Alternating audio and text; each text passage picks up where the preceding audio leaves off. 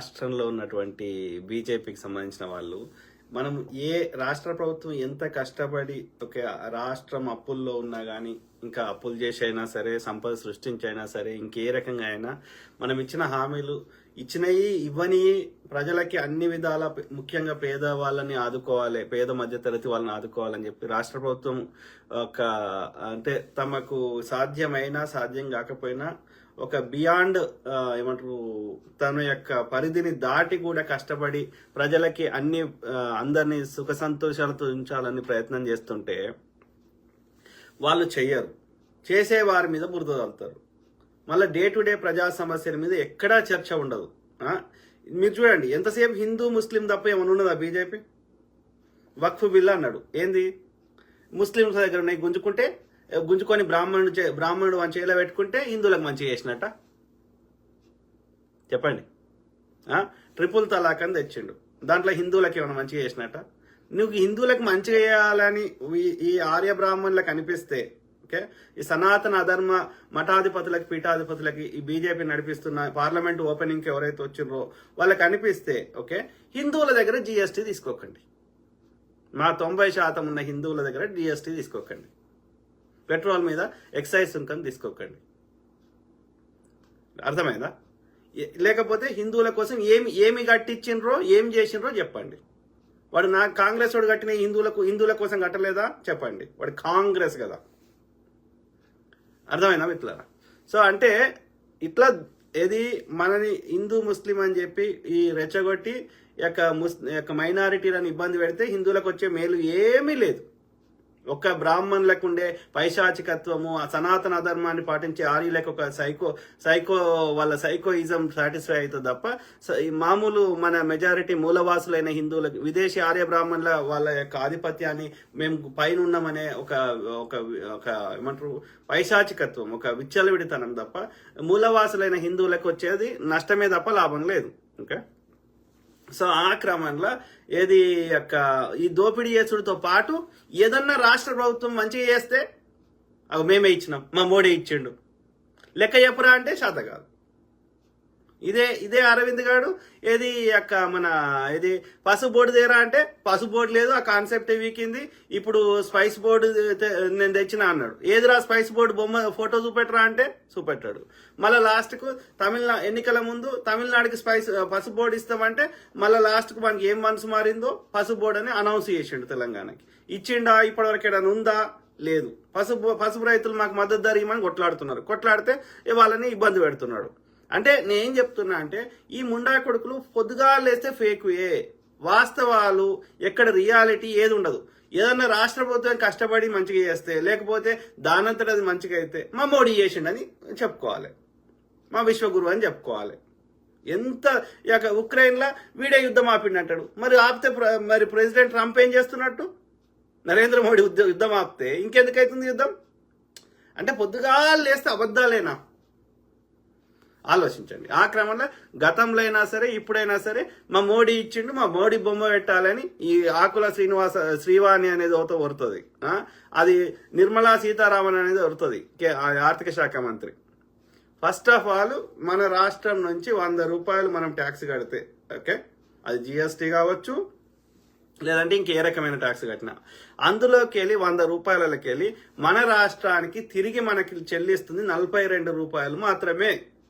అంటే దాదాపుగా 58 రూపాయలు మోడీ తీసుకుంటున్నాడు మన రాష్ట్రం నుంచి మనం కట్టిన ట్యాక్స్లలో, కేంద్రానికి కట్టిన ట్యాక్స్లలో. అర్థమైందా? సో మరి ఆ 58 రూపాయలు ఏం చేస్తున్నాడు అంటే ఉత్తర భారతదేశంలో ఉన్న మిగతా రాష్ట్రాలకు వంచుతున్నాడు. అర్థమైందా? ఇప్పుడు మన తెలంగాణకి 42 రూపాయలే ఇస్తున్నాడు, కర్ణాటక అయితే 15 రూపాయలే ఇస్తున్నాడు, 100 రూపాయలు వాళ్ళు ట్యాక్స్ కడితే. అదే ఉత్తరప్రదేశ్కి వాళ్ళు 100 రూపాయలు ట్యాక్స్ కడితే 300 రూపాయలు ఇస్తున్నాడు. ఇది పరిస్థితి. అంటే ఇక్కడ దక్షిణాదిలో ఉన్న పైసలన్నీ తీసుకొని ఉత్తరాదిలో వంచి పెట్టుకుంటున్నాడు. వాళ్ళు తింటున్నారు, ఏదైనా చిల్లర ఉత్తరాదిలో వంచి పెట్టుకుంటుండు, మనకేం ఇస్తలేడు. అయితే ఇంతకుముందు మన ఈ బ్రదర్, ఆయన పేరేంది, మన విప్పు ఎవరు, అడ్లూరి లక్ష్మణ కుమార్ మంచి కౌంటర్ ఇచ్చిండు. ఏమన్నాడు ఆ బ్రదర్ అంటే, సరే మీ మోడీ ఇక్కడ కొంచెం మేము కట్టిన ట్యాక్స్లకి వెళ్ళి కొంచెం ఇచ్చి మాకి 100 రూపాయలు కడితే 42 రూపాయలు ఇచ్చి మోడీ బొమ్మ పెట్టి అంటారు కదా, మరి మేము మిగతా 58 రూపాయలు మేము కడుతున్నాం కదా ఇక్కడ తెలంగాణ ప్రజలు, ఇక్కడ తెలంగాణ రాష్ట్ర ప్రభుత్వం. మరి మీరు ఈ 58 రూపాయలు ఎక్కడెక్కడ ఇతర నార్త్ ఇండియా వేరే రాష్ట్రాల్లో మీరు ఏమేమి కేంద్ర ప్రభుత్వం ద్వారా బియ్యమో ఇంకేదైనా ఇస్తున్నామని చెప్పుకుంటారో ఆ దొడ్డు రేషన్ బియ్యం, మరి అక్కడ ఇక్కడ సీఎంది ఫోటో పెట్టొచ్చు కదా రేవంత్ రెడ్డి గారిది. ఆ మిగతా అన్ని రాష్ట్రాల్లో మీరు ఏడేడ దొడ్డు బియ్యం ఇస్తుర్రో, మా తెలంగాణ పైసలు ఏడేడ వాడుతుర్రో, మేము కట్టిన ట్యాక్సులు అక్కడ అన్నిట్లో రేవంత్ రెడ్డి బొమ్మ పెట్టండి. పెడతారా? పోనీ గతంలో కాంగ్రెస్ ప్రభుత్వం కేంద్రంలో ఉన్నప్పుడు బీజేపీ పాలిత రాష్ట్రమైన గుజరాత్లో కానీ ఇంకా వేరే రాష్ట్రాలలో డాక్టర్ మన్మోహన్ సింగ్ గారు బొమ్మ పెట్టిర్రా రేషన్ బియ్యం మీద? అంటే వాళ్ళు మాట్లాడే మాటలకి చైతన్యకి పొంతన ఉందా అనేది ఫస్ట్ ఆలోచించాలి. ఎక్కడన్నా వాళ్ళకి ఏది సాబర్మతి రివర్ ఫ్రంట్ గుజరాత్లో అహ్మదాబాద్లో కట్టుకోవచ్చు, కానీ తెలంగాణలో యొక్క మూసి రివర్ ఫ్రంట్ కడితే మనం నేరం చేసినాం. అక్కడ నర్మదా అది సర్దార్ సరోవర్ డ్యామ్ పేరు మీద అక్కడ ఉన్నటువంటి వన్యప్రాణులను అన్ని చంపొచ్చు, కానీ మనం ఏం చంపకుండా మనం ఇదే బురద చల్లొచ్చు. ఎందుకు చేస్తున్నారు? రాష్ట్ర ప్రభుత్వం దగ్గర పైసలు ఉండకూడదు, రాష్ట్ర ప్రభుత్వం పథకాలు అమలు చేయొద్దు. అమలు చేస్తే రాష్ట్ర ప్రభుత్వానికి మంచి పేరు వస్తే మళ్ళా కాంగ్రెస్ గెలిచే అవకాశం ఉంది. కాబట్టి ఇది వేయొద్దు అంటే రాష్ట్ర ప్రభుత్వం దగ్గర పైసలు లేకుండా వేయాలంటే ఏం చేయాలి? పథకాలన్నీ ఇయాలనే అమలు అయితే లేవని ప్రచారం చేయాలి. తర్వాత కేంద్రం నుంచి అప్పులు పుట్టకుండా చేయాలి.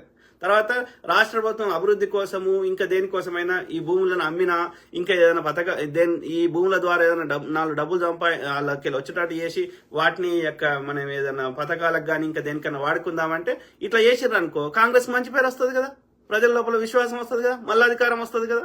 ఇది రావద్దు అంటే ఏం చేయాలి? కాంగ్రెస్ తోటి ఏ పని కాకుండా అడ్డుపడాలంటే ఈ ఫేక్ గా ఇవన్నీ కృత్రిమంగా ఆ ఫేక్లకు పైసలు ఇచ్చి ఇట్లా చేపిస్తారు. నేను దాని రిలేటెడ్ మాట్లాడదాం అనుకున్నా, కానీ ఈ అజయ్ బాబు ఒకటి, తర్వాత ఈ సన్న బియ్యం తోటి 2 వచ్చినాయి. మళ్ళీ ఎప్పుడన్నా వాళ్ళు ఏమేమి ఫేకులు ప్రచారం చేస్తారు హెచ్సి భూముల మీద, రేపో ఇంకో రోజు ఎప్పుడో మాట్లాడతా. సో అయితే ఈ బియ్యం లెక్క చెప్తా. ఓకే, ఏది ఇక్కడ బియ్యం ఏంది అంటే ఇప్పుడు 6 కిలోలు ఇస్తారు కదా, ఒక్కొక్కరికి 6 కిలోలు చొప్పున. ఎన్ని రేషన్ కార్డులు ఉన్నాయి మన రాష్ట్రంలో అంటే 96 లక్షల రేషన్ కార్డులు ఉన్నాయి. యావరేజ్ గా ఇంటికి ఒక ఆన్ అండ్ యావరేజ్ గా ముగ్గురు అడల్ట్స్ చొప్పున లెక్కేస్తే ఎంతమంది ఉన్నట్టు 91 × 3 వేస్తే 2,73,00,000 మందికి ఒక్కొక్కరికి 6 కిలోల చొప్పున ఈ సన్న బియ్యం వచ్చేసి 50 రూపాయల కిలో. అర్థమైందా? సో అట్లా అంటే 2,73,00,000 మంది లేదంటే 91 లక్షల రేషన్ కార్డులకి ఒక్కొక్కరికి 6 కిలోల చొప్పున కిలోకి 50 రూపాయల చొప్పున లెక్కేస్తే మొత్తం ఎంత ఖర్చు వస్తుంది? నెలకి 819 కోట్లు వస్తుంది. 819 కోట్లు. ఓకే, ఈ 819 కోట్లకి వెళ్ళి మోడీ ఎంత ఇస్తున్నాడు అంటే ఎంత ఇస్తున్నారు? వాళ్ళు దొడ్డు బియ్యం ఇస్తున్నారు, సన్న బియ్యం ఇస్తలేరు. ఆ దొడ్డు బియ్యం ఎంతకి 30 రూపాయల కిలో పడుతుంది. ఓకే, సో అట్లా ఎన్ని కిలోలు ఇస్తున్నారు? 5 కిలోలే ఇస్తున్నారు వాళ్ళు. 5 కిలోలలో కూడా 50 లక్షల రేషన్ కార్డులకే ఇస్తున్నారు, 91 లక్షలకి ఇస్తలేరు. మొత్తం రేషన్ కార్డులు ఉన్నది 91 లక్షలు. అంటే 2,73,00,000 మంది ఉంటే 50 లక్షల రేషన్ కార్డులు అంటే ఇంటూ 3 వేసుకుంటే 1,50,00,000 మందికి దొడ్డు రేషన్ బియ్యం ఇస్తున్నారు వాళ్ళు 5 కిలోలు. ఎవరు? కేంద్ర ప్రభుత్వం. కానీ రాష్ట్ర ప్రభుత్వము 91 లక్షల మందికి 91 లక్షల రేషన్ కార్డులు అంటే 2,73,00,000 మందికి ఒక్కొక్కరికి 6 కిలోల చొప్పున సన్న బియ్యం 50 రూపాయలు లెక్క ఇస్తున్నాం. వాళ్ళేమో 30 రూపాయలకి 1,50,00,000 అంటే మిగతా సగం మందికి ఇస్తారు, సగం మందికి ఇస్తలేరు ఆ దొడ్డు రేషన్ బియ్యం కూడా. అర్థమైందా? 2,73,00,000 మందిలో 1,50,00,000 మందికే దొడ్డు రేషన్ బియ్యం 5 కిలోలు ఇస్తున్నారు కేంద్ర ప్రభుత్వం. అర్థమైందా? మిగతా 41 లక్షల రేషన్ కార్డులు అంటే 1,23,00,000 మందికి దొడ్డు రేషన్ బియ్యం కూడా ఇస్తలేరు కేంద్ర ప్రభుత్వం. అంటే వాళ్ళకి మొత్తం 6 కిలోలు రాష్ట్ర ప్రభుత్వం ఇస్తుంది సన్న బియ్యం. ఎవరికి? 1,23,00,000 మందికి 0 పైసా కూడా కేంద్రం ఇస్తలేదు. అర్థమైందా? అంటే ఇప్పుడు కేంద్రం లెక్కేస్తే 5 కిలోలు ఒక్కొక్కరికి చొప్పున 1,50,00,000 మందికి 30 రూపాయల కిలో చొప్పున వేస్తే 225 కోట్లు అవుతుంది. మొత్తం ఎంత ఖర్చు వస్తుంది నెలకి? 819 కోట్లు. 819 కోట్లకి వెళ్ళి 225 కోట్లు తీసేసి మైనస్ చేయండి. మైనస్ చేస్తే 594 కోట్లు రాష్ట్ర ప్రభుత్వం గడుతుంది మొత్తం. అర్థమైందా? అందులో ఎట్లా లెక్క ఎట్లా రాష్ట్ర ప్రభుత్వం ఎట్లా 596 ఎట్లా అంటే ఏది ఈ యొక్క ఏది 50 లక్షలే వాడిస్తుండు కదా, మిగతా 41 లక్షల మందికి యొక్క సన్న బియ్యము మనము 6 కిలోల చొప్పున ఇస్తున్నాం. 6 కిలోలు ఇంటూ ఏది 50 రూపాయలు, అది వేస్తే ఎంత అవుతుంది? 369 కోట్లేమో ఆ 41 లక్షల మందికి ఇస్తుంది. అది కాకుండా వీడిచ్చే 50 లక్షల మందికి 5 కిలోలే ఇస్తున్నాడు ఆడు దొడ్డు బియ్యం. అంటే 1 కిలో మొత్తం సన్న బియ్యం మనమే ఇస్తున్నాం రాష్ట్ర ప్రభుత్వం. దానికి లెక్కేస్తే ఎంత వస్తుంది? 75 కోట్లు వస్తుంది. అది కాకుండా ఇది వాడు దొడ్డు బియ్యం ఇస్తున్నాడు అంటే 30 రూపాయల కిలో ఇస్తున్నాడు. మనకు సన్న బియ్యం ఎంత పడుతుంది? 50 రూపాయలు పడుతుంది. అంటే మిగతా 20 రూపాయలు వడియాలి ఈ 50 లక్షల మందికి, 50 లక్షల రేషన్ కార్డులకి, ఇంక 1,50 లక్షల మందికి. దానికి లెక్కేస్తే ఎంత వస్తుంది? 150 కోట్లు. ఇవన్నీ మొత్తం కలిపితే 594 కోట్లు అవుతుంది. ఈ 594 కోట్లు రాష్ట్ర ప్రభుత్వం కడుతుంది నెలకి. అంటే ఎంత కడుతున్నట్టు సంవత్సరానికి లెక్కేస్తే సంవత్సరానికి మొత్తం 9,828 కోట్లు, అంటే దాదాపు 10,000 కోట్లు. ఈ 10,000 కోట్లలో 2,700 కోట్లు మాత్రమే కేంద్రం ఇస్తుంది. మిగతా 7,128 కోట్లు, 7,000 కోట్లకు పైన రాష్ట్ర ప్రభుత్వం కడుతుంది. అంటే ఈడ ఏది 27% మాత్రమే కేంద్రం ఇస్తుంది, మిగతా 73% రాష్ట్ర ప్రభుత్వం కడుతుంది. మరి మోడీ బొమ్మ పెడదామా? ఇక ఏమన్నా మాట్లాడితే ఒక 1% అన్న యొక్క రియాలిటీకి దగ్గరగా మాట్లాడాలి. అర్థమైందా? ఈ సన్న బియ్యం ఇయ్యకముందు కూడా వాళ్ళ అట్లా లెక్కేసుకున్నా వాడు మొత్తం మంది అందరికి ఇస్తలేడు. 50 లక్షల రేషన్ కార్డులకే ఇస్తున్నాడు.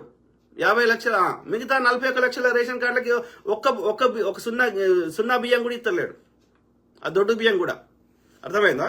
సో అట్లా గతంలో ఈ సన్న బియ్యం రాకముందు లెక్కేసినా వాడు 45% ఇచ్చిండు, మిగతా 45.7%, మిగిలిన 54% పైన రాష్ట్ర ప్రభుత్వమే ఇచ్చింది గతంలో కూడా, సన్న బియ్యం కాకుండా దొడ్డు రేషన్ బియ్యం అయినా. ఇప్పుడు అయితే 75% రాష్ట్ర ప్రభుత్వం భరిస్తుంది ఖర్చు. ఎంత? 73% రాష్ట్రం భరిస్తుంది, 27% మాత్రమే కేంద్రం భరిస్తుంది.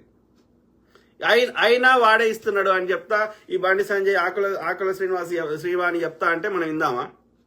ఎవడన్నా కష్టపడితే మా మోడీ చేసిండు. రా మోడీ ప్రెస్ కాన్ఫరెన్స్కి రా. ఇప్పుడు మేము ఎట్లయితే ఇట్లా ప్రజలకు అర్థమయ్యేటట్టు చెప్తున్నామో అట్లా చెప్పు. విలేకరులు అడుగుతారు, సామాన్యులు అడుగుతారు, భారత నారీమణులు అడుగుతారు, వాళ్ళందరూ హిందూ సోదరీమణులు అడుగుతారు, హిందూ సోదరులు అడుగుతారు. వాటికి సమాధానం చెప్పు. రాహుల్ గాంధీ వస్తాడు ప్రెస్ కాన్ఫరెన్స్ కి. గతంలో మన్మోహన్ సింగ్ గారు వచ్చారు, ఇందిరాగాంధీ గారు వచ్చారు, నెహ్రూ గారు వచ్చారు, ఇంకా వాజ్పేయి గారు కూడా వచ్చారు, బీజేపీ ప్రధాని. మరి నువ్వు రా ప్రెస్ కాన్ఫరెన్స్ కి. ఎవడో స్క్రిప్ట్ రాసిస్తే గట్టి కొరుడు ఎందుకు? మన్ కీ బాత్ నీ పెళ్ళానికి చెప్పుకో, ఇంకోరికి చెప్పుకో, ప్రియురాలకి చెప్పుకో. జనాలకు చెప్పాల్సింది జన్ కీ బాత్. ప్రెస్ కాన్ఫరెన్స్ రా, మేము క్వశ్చన్లు అడుగుతాం, సమాధానం చెప్పు. పొద్దుగా లేస్తే అబద్ధాలు, దోపిడీ, హింస, దరిద్రులు. ఆలోచించాను. Khadir Ahmed, hi sir, how are you? Good brother, good.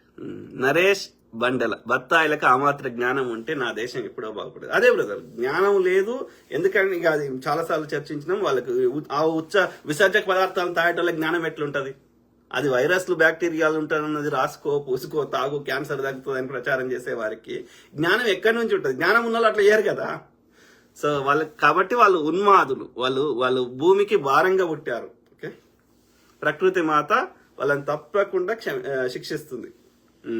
Naresh బండెల, pastor Ajay బాబు అనే అతన్ని అరెస్ట్ చేశారంటున్నారు, ఎంతవరకు నిజమన్నా? అదే బ్రదర్, ఇంతవరకు దాకా నేను ఈ లైవ్ కి అప్పుడే వద్దామనుకుని రాకపోవడానికి కారణము ఆ రిలేటెడ్ మెసేజెస్, దానికి సంబంధించిన అన్ని మనం ఫాలో అవుతూ పొండి, చూడండి, చేయండి అని చెప్పడం వల్ల లేట్ అయిపోయింది నేను లైవ్కి రావడానికి. సో ఏది ఏమైనా పాస్టర్ అజయ్ బాబుని మరి ఒక ఛానల్లోనేమో నైట్ పిక్ చేసుకున్నారు అన్నారు, ఒక ఛానల్ ఏమో మధ్యాహ్నం పిక్ చేసుకున్నారు అంటున్నారు. సో నాకు తెలియదు కరెక్ట్ ఎప్పుడు పిక్ చేసుకున్నారో. ఖమ్మం రూరల్ ఏరియా అని అంటున్నారు. సో వాళ్ళ వైఫ్ మాట్లాడింది రెడ్ టీవీలో, రెడ్ టీవీ వాళ్ళతోటి. సో నైట్ అన్నారు, మధ్యాహ్నం అన్నారు, నాకు తెలియదు. కొందరేమో మధ్యాహ్నం అని చెప్తారు, ఆ ఉప్పల్ పోలీస్ స్టేషన్ పోయి అక్కడ ఇక్కడ. ఏది ఏమైనా నా మధ్యాహ్నమో రాత్రో ఎప్పుడో ఒకసారి పిక్ చేసుకున్నారు పోలీసులు. మరి పోలీసులు అంటే ఎంతమంది ఉన్నారు అమ్మ అంటే వాళ్ళ వైఫ్ ఏమంటుంది? లలిత అంట ఆమె పేరు. సో ఏమంటుంది? 5 ఎంతమందో చెప్పింది. ఒక జీప్ లో వచ్చారు, ఒక్క పోలీసు దగ్గరికి డ్రెస్ ఉంది కానీ, పోలీస్ డ్రెస్ ఉంది కానీ మిగతా వాళ్ళు మఫ్టీలు ఉన్నారని చెప్తున్నది. మరి వాళ్ళు పోలీసులా కాదా తెలియదు. ఓకే. సో ఆ విధంగా ఇది వచ్చి ఏదో కేసు అయింది పోలీసులో, ఎఫ్ఐఆర్ అయింది మేము అని చెప్పి తీసుకుపోయి మరి ఆ ఖమ్మం రూరల్ నుంచి మరి మళ్ళా వేరే కాల్ చేస్తే లేదు ఆయన ఉప్పల్లో కేసు రిజిస్టర్ అయింది, ఉప్పల్ పోలీస్ స్టేషన్ ఉన్నాడు అంటారు. ఉప్పల్ పోలీస్ స్టేషన్ యొక్క అడిగితే కొంతమంది ఏమో ఉప్పల్ పోలీస్ స్టేషన్ ఉన్నాడు అంటారు, కొందరేమో అప్పుడు ఆయన క్రిస్టియన్ సంఘానికి జేఏసీ అధ్యక్షుడు ఎవరో ఉన్నారు, ఆయన అందరికి ఫోన్ చేసిండు, ఈ ఐజీ ఇంకొకరికో ఫోన్ చేస్తే వాళ్ళు ఏమంటారు, మాకు సైబరాబాద్కి రాచకొండ వాళ్ళందరికి ఫోన్ చేస్తే మాకు తెలియదు సార్, మేము ఈ స్పోర్ట్స్ రిలేటెడ్ ఈ గేమ్స్ రిలేటెడ్ ఏదో సెక్యూరిటీ సంబంధించి దాంట్లో బిజీ ఉన్నాం, మాకు తెలియదు సార్, మరి వేరే స్టేషన్లలో ఏమైనా తీసుకుపోయినరో మాకు తెలియదని వాళ్ళు చెప్తున్నారు. కొంతమంది మరి ఉప్పల్ పోలీస్ స్టేషన్ పోయి అడిగితే ఎవరు రెస్పాన్స్ ఇస్తలేరు, అది అంతా క్లోజ్ ఉన్నదని చెప్తున్నారు. నా అనుమానం ఏంది అంటే నాకు తెలియదు, నేను ఊహిస్తున్నా. జనరల్గా ఏం చేస్తారంటే ఈ యొక్క వీకెండ్ అంటే శని ఆదివారాలు, రెండో శనివారం కానీ ఆదివారం కానీ అది కోర్టులు పనిచేయవు. సో కాబట్టి పండుగ ఉంది కాబట్టి మరి సోమవారం కూడా సెలవేమో నాకు తెలియదు. సో అంటే ఈ 2-3 రోజులు ఇప్పుడు మామూలుగా అయితే ముందస్తు బెయిల్ కానీ లేకపోతే ఇమ్మీడియట్ గా బెయిల్ కానీ తెచ్చుకోవచ్చు వర్కింగ్ డేస్ లేకపోతే శని ఆదివారాలు కానీ పండుగ దినాల్లో కోర్టు పనిచేయదు, జడ్జి రాడు, జడ్జి సెలవులో ఉంటాడు. కాబట్టి బెయిల్ ఇవ్వాలంటే జడ్జి ఇవ్వాలి, మనం అప్లికేషన్ పెట్టుకుంటాం కానీ జడ్జే బెయిల్ ఇవ్వాలి. కాబట్టి జడ్జి రాకపోతే మనకు బెయిల్ దొరకదు. అంటే 3 రోజులు కావాలని జైల్లో పెట్టాలని అదొక ప్రయత్నం చేస్తుర్రా. ఇంకా కొంతమందికి ఏంటంటే వాళ్ళకు ఇక నమ్మకం, ఈ పోలీస్ వ్యవస్థ మీద నమ్మకం లేనప్పుడు వాళ్ళకి ఒక దెబ్బ తగిలినప్పుడు ఇది కూడా ఇట్లా తీసుకుపోయి లాకప్ డెత్ చేస్తారా లేకపోతే ఎన్కౌంటర్ చేస్తారా, వాళ్ళని చేసారు కదా అప్పుడు దిశ కేసులో, అట్లా చేస్తారా అని భయపడుతున్నారు ఎవరు. సో ఇట్లా వీళ్ళ పోలీసు వాళ్ళతో చేయిస్తుర్రా ఇట్లా భయపడుతున్నారు. కానీ మనకు తెలియదు మరి ఒక్కడే పోలీసు వాడిని మిగతా వాళ్ళు మఫ్టీలు ఎందుకున్నారు ఫస్ట్ థింగ్. మరి ఒకవేళ రాత్రి అరెస్ట్ చేస్తే రాత్రి ఎందుకు అరెస్ట్ చేస్తున్నారు? అరెస్ట్ వారెంట్ ఉందా అరెస్ట్ చేసేటప్పుడు? లేవు, ఏదో దొంగలు లెక్క ఎత్తుకోబోతున్నారు. అంటే మరి వాడు పోలీసుడు నమ్మకం ఏంది? డ్రెస్ ఉన్నంత మాత్రాన వాడు పోలీసుడు నమ్మకం ఏంది? సో ఇవన్నీ ఉన్నాయి కాబట్టి మనకు తెలియదు. కాబట్టి నా సలహా ఏంటంటే మనం ఊహించుకొని ప్రజల్ని ఏమంటారు వాళ్ళని తప్పుదో పట్టిస్తే మళ్ళీ రేపు పొద్దున మంచిగా మామూలు రిలీజ్ అయ్యింది అనుకో, అప్పుడు నాకు ట్రోల్ చేస్తారు కదా. కాబట్టి మనం ఏది పడుతుంది మాట్లాడే స్థానంలో లేము. కాబట్టి నా సలహా ఏంటంటే అతన్ని మాకు లైవ్ లో చూపెట్టండి, బతుకున్నాడని మాకు చూపెట్టండి. ఓకే, ఎవరైనా పోలీస్ స్టేషన్ లో పోయి కలవచ్చు. ఇప్పటి వరకు అయితే ఏ పోలీస్ స్టేషన్, ఉప్పల్ అంటున్నారు, ఖమ్మం రెండు అంటున్నారు, ఖమ్మం రూరల్ అంటున్నారు, ఉప్పల్ అంటున్నారు. కానీ ఉప్పల్లా ఆయన ఎవరు కలిసినట్టుగా మన ఎవడో ఒకరేమో ఆయనకి లేడే అంటున్నారు కొంతమంది పాస్టర్లు, కొంతమంది ఏమంటారు నేను కలిసిన ఆయన సేఫ్ ఉన్నాడని చెప్తున్నారు. కానీ ఇప్పటి వరకు ఆయన వాయిస్ లేదు, ఆయనను లైవ్ గా చూడలేదు. కాబట్టి ఎవరిని అక్కడ ఈ చెప్పేటోళ్ళంతా ఎవరిని దోషిందో ఆడు చెప్తుండ అనిపిస్తుంది. నేనేమంటున్నా అంటే సింపుల్, అది ఖమ్మం రూరల్లో ఉన్న వాళ్ళు ఖమ్మం రూరల్ పోలీస్ స్టేషన్లకు పోయి మాకు ఆయన చూపెట్టండి. ఇక్కడ లేడు అయితే మరి ఉప్పల్ పోలీస్ స్టేషన్లో ఉంటే ఉప్పల్లో చూపెట్టండి. మాకు తెలియదు అంటే మొత్తం రాష్ట్రంలోని అన్ని పోలీస్ స్టేషన్ల ముందు ధర్నా చేస్తాం. ఏది మాకు ఎక్కడున్నా సరే మీరు మాట్లాడుకోండి, పోలీసులు మాకు చూపెట్టండి, అతను బతుకున్నది చూపెడితే 4 రోజులు కాదు 10 రోజులకు రిలీజ్ అయినా మాకు బాధ లేదు. కానీ ప్రతిరోజు అతను బతుకున్నది మాకు చూపెట్టాలి. నీ కోర్టు ప్రాసెస్ అది ఏదో ఉంటే చెయ్యి, కేసు ఉంటే వాళ్ళు ఏమున్నదా, కేసు ఏం లేదు నా బొంద, అది చదివినా వాడెవడో రవీందర్ రెడ్డి హిందూ జేఏసీ అని ఏదో పెట్టుకున్నాడు. అలా ఏమున్నది అలా మేము మొక్కే రాముణ్ణి సిగ్నేచర్ స్టూడియోలో మా రాముణ్ణి దూషించాడు, మా యొక్క మనోభావాలు దెబ్బతిన్నాయి. కాబట్టి బిఎన్ఎస్ భారత న్యాయ సంహిత ఆ యొక్క చట్టాలు సెక్షన్ 298 ఏదో 299 301 302 ఏవో 4 కేసులు దీని కింద వీళ్ళని సిగ్నేచర్ స్టూడియో వాళ్ళని అట్లనే అజయ్ బాబు అనే ఆయన ఎర్రప్పనే ఉంది ఆయన ఒరిజినల్ పేరు, వీళ్ళని శిక్షించాలి కఠినంగా అని రాసిండు. అంటే ఒక టీవీ స్టేషన్లో ఏమన్నా చంపిండా, ఎవరన్నా ఒడిచిండా, ఏమన్నా టెర్రరిజం పనిచేసిండా? అరే ఒక మతం పేరు మీద దోపిడీ చేస్తున్నది, మతం పేరు మీద ఏమంటారు చెత్త నింపుతున్నప్పుడు మాట్లాడే భావస్వేచ్ఛ ఉంది కదా. నీ నీ దేవుని నమ్ముకొని ఓడొద్దంటలేడు కదా. ఇలా పెండా ఉచ్చ తాగు అనే దాన్ని అది తప్పు అంటున్నాం, డెఫినెట్లీ అంటాం. ఎన్ని కేసులు పెడతారో పెట్టువి. అది దానివల్ల నష్టం జరుగుతున్నప్పుడు ఒక మూఢనమ్మకాన్ని మతం పేరు మీద మా చెత్త నింపుతా అంటే అది విశ్వాసం ఎట్లయితుందిరా? విశ్వాసం ఎంతవరకు నాకు చెల్లుతుంది, ఎప్పటి వరకు చెల్లుతుంది అంటే నీ విశ్వాసం వల్ల నాకు నష్టం కానంత వరకే. నీ విశ్వాసం పేరు మీద నన్ను దోపిడీ చేసినా, నాకు పెండ ఉచ్చదాగమని ఒక సైంటిఫిక్ ఒక దానికి రీజన్ లేకుండా నాకు నీ విశ్వాసం వల్ల నాకు నష్టం జరుగుతుంది అనుకో, అప్పుడు అది విశ్వాసం అనరు దాన్ని. అర్థమైందా?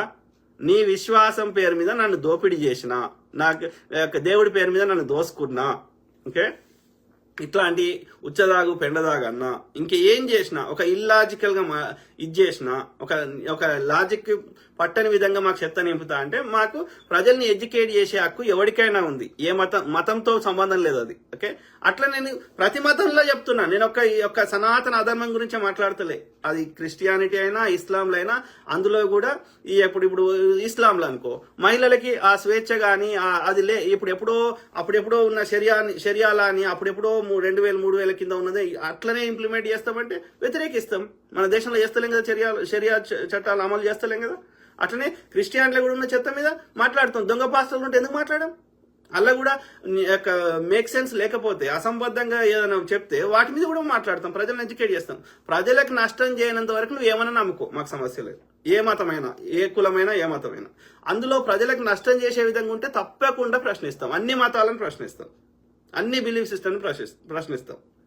అది కాదు, అది తప్పు అయితే ఏం కేసు పెడతారో పెట్టుకొని మా న్యాయవాదుల ద్వారా పోరాడతాం. అంతేగాని ఇక ఎవడు నీవు నమ్మిన దానికి భిన్నంగా ఎవడు చెప్తే వాడిని పొడుస్తా చంపుతా అంటే మళ్ళీ వాళ్ళకు కూడా రాదా? అంటే యు వాంట్ అంటే ఇట్లనే ప్రజలు కొట్టుక సావాలన్నా మీ ఉత్తర భారతదేశపు రాష్ట్రాల లెక్క? నువ్వు 10 కొడితే వాడు ఒకటనే కొడతాడు కదా రివర్స్లో తిరిగి. యు వాంట్ దిస్ కమ్యూనల్ ఒక అందరం అన్నదం లెక్క కలిసి ఉండొద్దా? ఏడిపోతారా వాళ్ళు? అంటే వాళ్ళు చంపేస్తావు ఇక వాళ్ళు ఏడిపోతారు. భారతదేశంలో పుట్టినారు, వాళ్ళకు వాళ్ళకి ఆ విశ్వాసాలు నచ్చి కన్వర్ట్ అయ్యారో, ఎవడైనా బలవంతంగా కన్వర్ట్ చేసిండో, ఏదైనా నీ సనాతన ధర్మంలో ఉన్న చెత్తని వాళ్ళు తీసుకోలేక, ఈ వివక్షను తీసుకోలేక అలా ఇంతకంటే తక్కువ వివక్ష ఉంది కాబట్టి వాళ్ళు కన్వర్ట్ అయ్యారేమో, లేకపోతే అట్లా నమ్మడం వల్ల వాళ్ళకి ఏమైనా మంచి జరిగిందేమో. నీకేం వస్తుంది? నీకేం నష్టం జరుగుతుంది? ఎవరు ఏ విశ్వాసాన్ని నమ్మినా అది భారత రాజ్యాంగాన్ని పాటిస్తారు కదా, ఏ మతం వారైనా. నీకొచ్చిన నష్టమేంది? ఆయన అల్లాను మొక్కితే, ఆయన జీసస్ని మొక్కితే, లేకపోతే ఇంకో దేవుని మొక్కితే నాకు వచ్చిన నష్టమేంది? నాకు నచ్చిన దేవుని నన్ను మొక్కుంటే వాళ్ళు వద్దంటలేరు కదా. కామన్ సెన్స్ కాదు. రాముడు గొప్పవాడైతే రాముడు చేసినట్టు నేను గిట్ట చేస్తే, నా నిండు శూలాలు గర్భవతి అయినటువంటి నా భార్యని అడవిలో వదిలేసి వస్తే, ఏ సమాజమైనా దయచేసి అది క్రిస్టియన్స్ కానీ, ముస్లిమ్స్ కానీ, లేకపోతే సనాతన అధర్మం గురించి నేను మాట్లాడా, హిందువులం కానీ, ఏ ప్రపంచంలో ఉన్న ఎవరైనా దాన్ని హర్షిస్తారా? నువ్వు మంచి పని చేసినవరా రాజు, నువ్వు రాముడు నీకు ఆదర్శం కదా, రాముడిని ఆదర్శంగా చేసుకొని నువ్వు గొప్ప పని చేసినావని అన్నవాడన్నా పొగుడతాడా? పాత చెప్పు తీసుకొని కొడతారా? సింపుల్. రాముడు ఎట్లా ఆదర్శం అవుతారా? రాముడు ఆదర్శ పురుషుడని ఎవడన్నాడు? ఈ బ్రాహ్మణుడు ఆర్య బ్రాహ్మణుడు అన్నాడు. ఎందుకన్నాడు? ఆర్యుడు చేసే అధర్మానికి ఆయన పూర్తిగా మద్దతు తెలిపిండు. రాముడు ఆర్యులు చేసే, ఆర్య బ్రాహ్మణులు చేసే విశ్వామిత్రుడు, వశిష్ఠుడు అనే ఆర్య బ్రాహ్మణులు విదేశం నుంచి వచ్చిన తెల్ల ఆర్య బ్రాహ్మణులు చేసిన అధర్మము, వివక్షకి పూర్తిగా రక్షణ కల్పించాడు రాముడు. కాబట్టి రాముడిని దేవుని చేసి కూర్చుండబెట్టిండు. ఈ అధర్మాన్ని ధర్మబద్ధం చేసే ప్రయత్నం చేసిర్రు ఈ ఆర్యులు. రాముడు చేసినట్టు చేస్తే ఇలా ఒక్కడు కూడా మనని మనుషులు లెక్క చూడాడు. ఆలోచించండి, దయచేసి ఆలోచించండి కదా. ఇదే చదవండి, అదే రామాయణం చదవండి, ఏ వర్షన్ ఆఫ్ రామాయణం అన్నా చదవండి. ఇవన్నీ తలకాయ నొప్పులు ఎందుకు? వాల్మీకి గారు రాసిన రామాయణమే చదవండి, ఒరిజినల్ స్క్రిప్చరే చదవండి. ఆయన అంటాడు ఏమని, సీతని నేను నా యొక్క కుల ప్రతిష్ట కోసం తీసుకొస్తున్నా తప్ప నేను ఏలుకోను. ఎవనో పరాయి వాని కింద ఉండి వానితో సుఖాలు అన్నేళ్ళు అనుభవించిన ఆమెను నేను ఎందుకు తెచ్చుకుంటా? నేను కేవలం ఎందుకు చేస్తున్నా అంటే నా రాజ్య ప్రతిష్ట కోసం, నా కుల ప్రతిష్ట కోసం, నా కులం చెందినటువంటి స్త్రీ అక్కడ వాని వేరే ఉన్నదని నేను తీసుకొస్తున్నా తప్ప నేను ఏలుకోనామని అంటాడు. ఇవన్నీ మీరే చెప్తున్నారు కదా. అది నిజమా కాదా, అది జస్ట్ ఊహించి రాసిర్రా, అది ఒక ఇమాజినేషనా, అది కల్పితమా, ఎవరికి తెలియదు. సో ఆ అది రియాలిటీ ఆ కల్పితమా తెలియని దాని మీద పొద్దుగాలు వేస్తే ఇక చెప్తా ఇదంతా ఇక అంటే ప్రజలకి ఆయన మనకి మీరే చెప్తారు కదా ఇక్ష్వాకు వంశానికి చెందిన ఒక రాజు అని చెప్తున్నారు. ఒరిజినల్ వాల్మీకి రామాయణంలో ఎక్కడ కూడా రాముడు దేవుడు అని రాయలేదు. ఓకే, ఆదర్శ పురుషుడు అనే రాసిండు. మరి అయిపోయి అద్భుతాలు రాముడు ఎక్కడ చేయలేదు, మిరాకిల్స్ ఎక్కడ చేయలేదు, నార్మల్ లైఫే బతికిండు, ఒక హ్యూమన్ లైఫే. మరి ఇక ఆయన దేవుడు ఎట్లా అయిపోయారా? ఎట్లా అయిండు అంటే ఈ యొక్క ఆర్య బ్రాహ్మణులు చెప్పినది తూచా తప్పకుండా పాటించడం వల్ల రాముడిని దేవుణ్ణి చేసిర్రు. అంతకు మించి ఏం లేదు చెత్త. అంటే ఇక్కడ ఏం చెప్తున్నారు? అయినా దక్షిణాదిలో రాముడు ఏడున్నారా? ఉత్తరాదిలో ఏం యూపీలో ఆడైనా వీకెండో ఏం వీకెండో కానీ దక్షిణాదిలో ఏడున్నాడు? అంటే మీ యూపీకి చెందిన ఆర్యుల యొక్క ఆధిపత్యాన్ని మా మీద రుద్దడానికి ఇక్కడ జై శ్రీరామ్ అనుకుంటా ఈడ మీ యొక్క ఆధిపత్యాన్ని మా మీద రుద్దే ప్రయత్నం చేస్తున్నారు.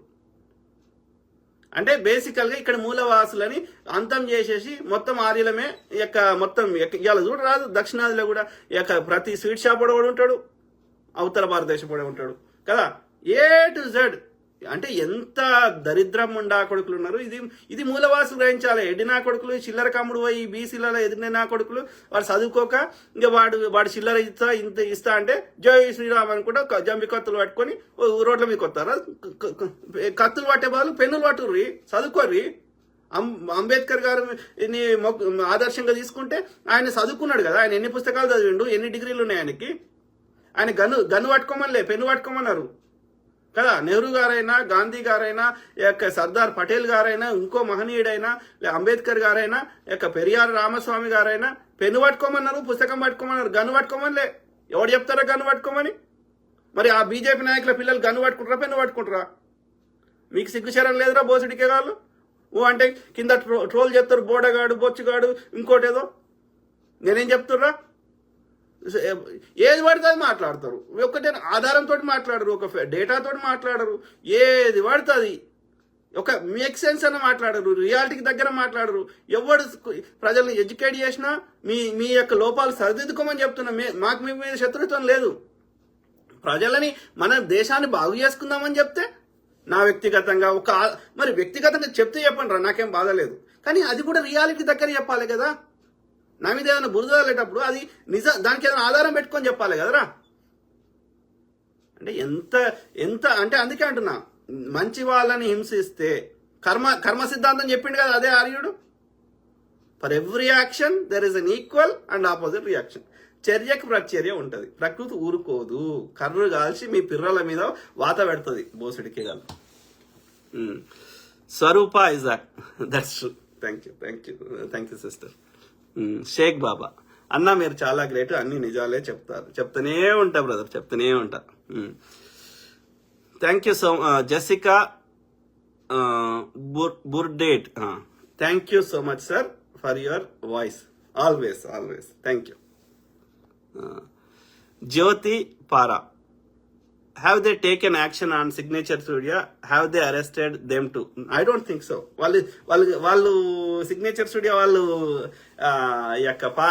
ఏమంటారు క్రిస్టియానిటీని బిలీవ్ చేస్తారా? చేయరు కావచ్చు. సో కాబట్టి మళ్ళీ అందులో మెయిన్ యాంకర్ ఎవరు? ఆమె పేరు నేను మర్చిపోతే, బ్రాహ్మణ్ ఆమె. ఓనర్ ఏమో వేరే ఆయన ఉన్నాడు, ఆయన పేరు నేను మర్చిపోయినా. సో ఏది ఏమైనా వాళ్ళిద్దరు సనాతన అధర్మాన్ని నమ్ముతారు అనుకుంటా. సో కాబట్టి వాళ్ళ మీద చర్యలు లేవు. మరి ఈ పాస్టర్ మీద ఎందుకు చర్యలు ఉన్నాయి? కేవలం ఒక భయభ్రాంతులకు గురి చేయాలి. ఈ 3 రోజులు జైల్లో పెడితే కామైపోతారు. ఇట్లా ఈయనను చూసి ఈయన కామైతాడు, ఈయనతో పాటు మిగతా వాళ్ళకి కూడా మాకు కూడా అదే గతి పడుతుంది అని చెప్పి వాళ్ళు కూడా కామైతారు. ఎవడు మాట్లాడు అన్న ఉద్దేశంలో చేస్తారా, లేకపోతే తీసుకుపోయి ఎన్కౌంటర్ చేస్తారా, ఇంకేం చేస్తారు అనేది మనకు తెలియదు. ఎట్లా తెలుస్తుంది? ఆయనని బతుకున్నది మాకు చూపెట్టాలి. అయినా ఇది పెద్ద కేసు కాదు, ముందస్తు బెయిల్ రావాలి. రావద్దు అన్న ఉద్దేశంలో 2-3 రోజుల లోపల ఉండాలని వీకెండ్ అరెస్ట్ చేశారు. నాకు అర్థమైన కాడికి. ఏమంటారు? Swaroopa Isaac, looks very suspicious sir, we want him safe as soon as possible. The only way ఆయన సేఫ్ గా ఉన్నాడా లేదా తెలియాలంటే మాకు ఆయనను లైవ్ గా చూపెట్టండి ఇమ్మీడియట్లీ. ఏది ఎక్కడ పెట్టినా, ఏ పోలీస్ స్టేషన్లో పెట్టినా మాకు చూపెట్టాలి. అది ఆయన లోపల ఏది బెయిల్కి రావాలంటే మనకి మండే దాకా ట్యూస్డే దాకా వెయిట్ చేయాలి. కానీ చూపెట్టడానికి ఏం అవసరం లేదు. ఆయన ఎక్కడున్నా మాకు చూపెట్టాలి. అర్థమైందా? సో దానికి చట్టం ఏం లేదు, చూపెట్టడానికి కలవడానికి ఎవరికి ఇది వద్దు అనడానికి లేదు పోలీసు వాళ్ళకి. కాబట్టి దయచేసి మీరు ఈ యొక్క వాళ్ళు ఏం చెప్తున్నారు, ఇంతవరకు ఇంతమంది పోతే ఏం చెప్తున్నారు, అక్కడున్నాడు ఇక్కడున్నాడు ఏదో దాట వేస్తున్నారు, మాకు తెలియదని అంటున్నారు. అంతేగాని ఇక్కడ ఫలానా చోటు ఉన్నాడు మీరు పోయి కలవండి అని ఎవరు చెప్తలేరు ఏ పోలీసు. ఎందుకు తెలియదు? వాళ్ళకి ఐజీలకు గీజీలకు అంత పెద్ద లెవెల్ ఉన్న వాళ్ళకి ఎందుకు తెలియదు ఏమైతుందో? వాళ్ళకి తెలియకుండానే అరెస్టులు అవుతాయా? ఒకవేళ వాళ్ళు అరెస్ట్ చేస్తే పోలీస్ డ్రెస్ వేసుకుని వచ్చి వేరే వాడు అరెస్ట్ చేసి తీసుకోవచ్చు. ఇక మాకు తెలియదు అన్నప్పుడు ఇక వాళ్ళకి తెలియదు అన్నట్టు, ఇక బయట వాళ్ళు ఎవరో కిరాయిల్లో తీసుకెళ్ళారు అని అర్థం.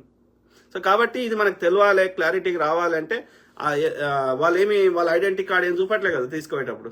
కాబట్టి ఈ పోలీసులను గట్టిగా నిలదీసి ప్రతి పోలీస్ స్టేషన్ ముందు ధర్నా చేసిరనుకో, ఆ పోలీసు వాడు ఏం చెప్తాడు, పోలీసు అధికారి వాళ్ళ హెడ్ క్వార్టర్స్ మాట్లాడతాడు కదా, ఐజీకి ఇంకో పై అధికారికి మాట్లాడి ఎక్కడున్నాడు ఏంది పోలీసు వాళ్ళు ఎత్తుకోతే తెలుస్తుంది.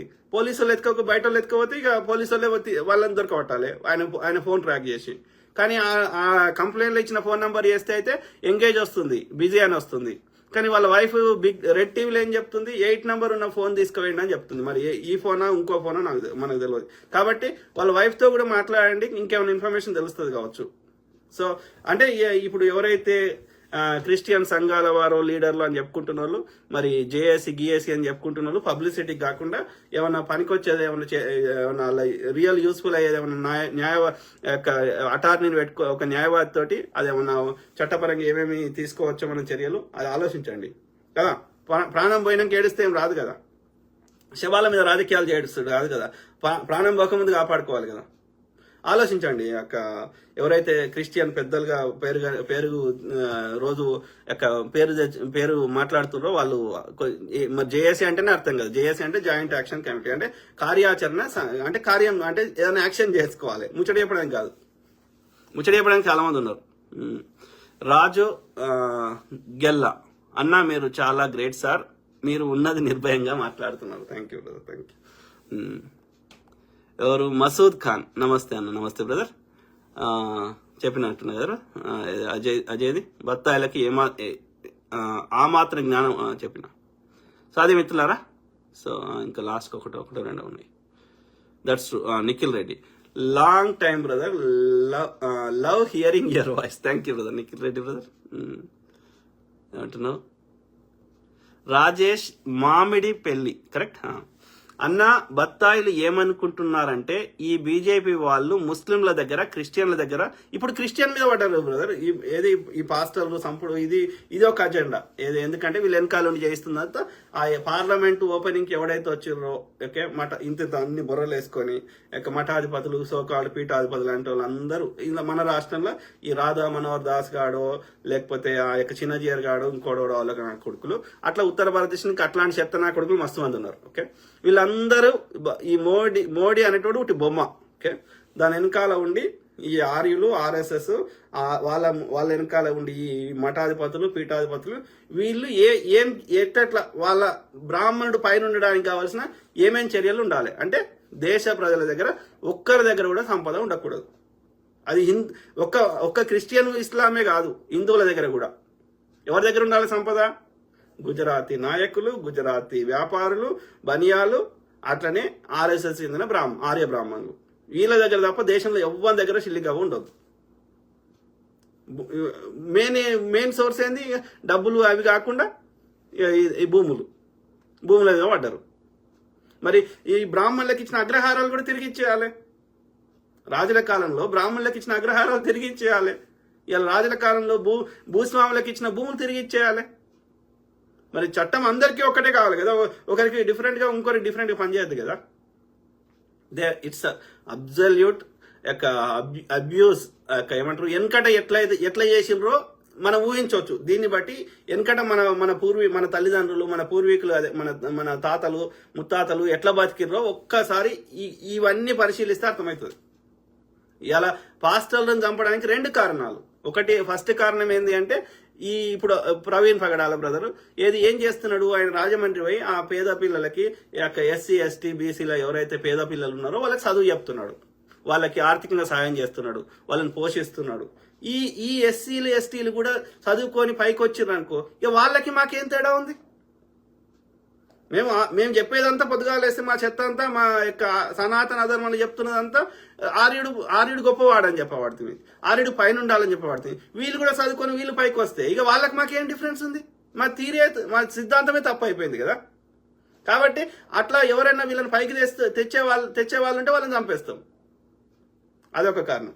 రెండోది ఏంది, రెండో కాన్సెప్ట్ ఏంది, యొక్క ఎట్లయితే కొన్ని రాజ్యాలు ఇస్లామిక్ స్టేట్స్, ఇస్లాం రాజ్యాలు, క్రిస్టియన్ రాజ్యాలు ఉన్నాయో భారతదేశాన్ని సనాతన అధర్మ రాజ్యంగా చేయాలి. అంటే అన్య మతాలు ఉండకూడదు అంటే ఏం చేయాలి, వాళ్ళు ఈ సనాతన అధర్మం లెక్కన కన్వర్ట్ కావాలి, లేదు అంటే వాళ్ళని చంపేస్తాం.